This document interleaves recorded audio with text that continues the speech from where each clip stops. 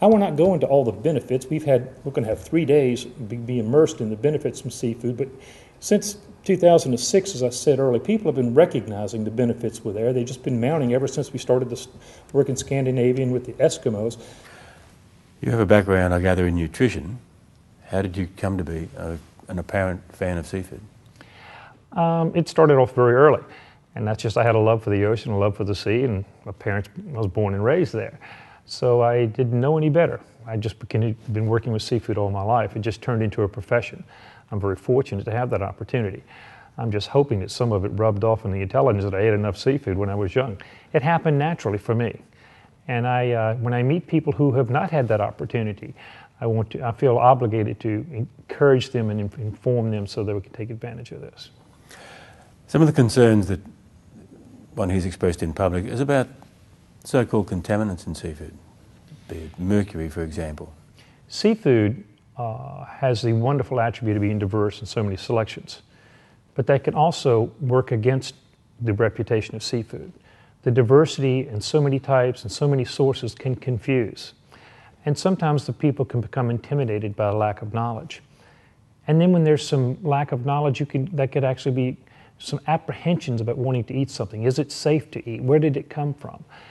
In fact, contamination in seafood is often questioned. But I am sitting before you to tell you the safest source of muscle protein to eat on the face of this earth is seafood. We have illnesses associated with all foods, and seafoods we have some illnesses associated with that as well. But the vast majority of illnesses from seafood, nothing wrong with the product. It's the recipe. Sometimes we choose to eat it raw. Just think if you would eat raw chicken and you eat raw beef, you would have illnesses and concerns for contaminants there. It's the recipe and preferences that some people have that can contribute to the illness. But going back to the caveman, who invented fire and found seafood, that was a perfect combination. So it remains the safest source of muscle protein eaten on the face of the earth, and use proper cooking. Given that some people are reluctant to eat seafood for a range of reasons, and yet you've highlighted the essentiality of seafood in the diet, what's the way forward in lifting the amount of seafood so that it brings more health throughout the community? Two routes that I see to increase consumption of seafood. First one is we have to introduce it at a younger age. Why do we have the diets that we have today? It was mother's cooking that usually influenced that substantially. So we need an earlier exposure to the product so that they will appreciate it more as they continue to mature. The second choice is the older population that maybe lack knowledge, somewhat apprehensive, have established some traditional taste. We need a way to encourage them and excite them about the opportunity. The health benefits are one huge way to catch their attention. But once we've got their attention, we need to then educate them at the comfort level of how to prepare it, how to select it. This has been a long-term issue in dealing with seafood, and it's going to become more challenging because we're getting new selections through aquaculture and farmed seafood, and they're going to introduce names and sources we haven't heard before. So it's going to be a big challenge in the future. But I see it as a wonderful opportunity. It has a lot of excitement about it. It has the Jacques Cousteau element, if you will, the unknown, and I think we can turn that into a positive. How often do you eat seafood?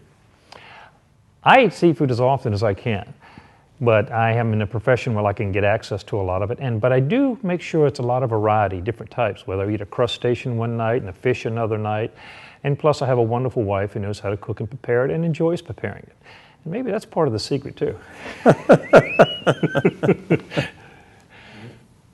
A common question, is it better to eat seafood fresh or frozen? Well, first of all, the truth of the matter is frozen seafood can be fresh because it was frozen when it was in its best condition. If it's properly frozen, properly thawed, it's still fresh. The question should have been, do you like it under the refrigeration or do you like it from the freezer? And sometimes you can get a product from refrigeration that maybe is not so fresh. How long has it been under refrigeration? So what I'm simply trying to say, both products, both refrigerated and frozen, can indeed be a fresh and delicious product. Likewise, they can both be compromised if they're not properly stored. But the point is you should not try to say that frozen is inferior to so-called refrigerated. They can both be equally well accepted. We have done numerous taste panels with consumers of all ages across our nation. And the consumers resoundingly say they want the refrigerated, never frozen. But well over half the time, when we present the products in good, fresh condition, they can't tell the difference between fresh and frozen. And the nutritional benefits are available in both. And talking earlier about the recipe being important, you mentioned eating raw. On the other side, with something like omega-3 oil being so important in fish, can the benefit of that omega-3 oil be overwhelmed by the way the fish is cooked? For example, deep fried in, say, seed oil. We have a lot of very valuable nutrients in seafood products. And naturally, they're going to be retained during the cooking process. But you can compromise them or dilute them, if you will, with how you prepare a food product.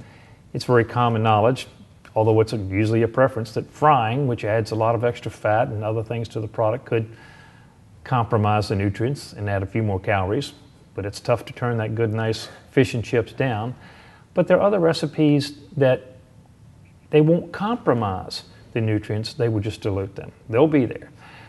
And that goes not just for the recipe on the seafood.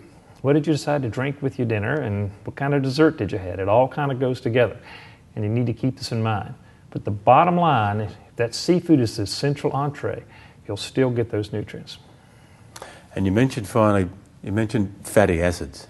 Fatty acid sounds like a very unpleasant compound. What is it? Fatty acids is a scientific term that really is not so good. And someone will say, well, let's call them lipids. Well, that's not so good either. Well, let's call them fat. Well, that's not so good either.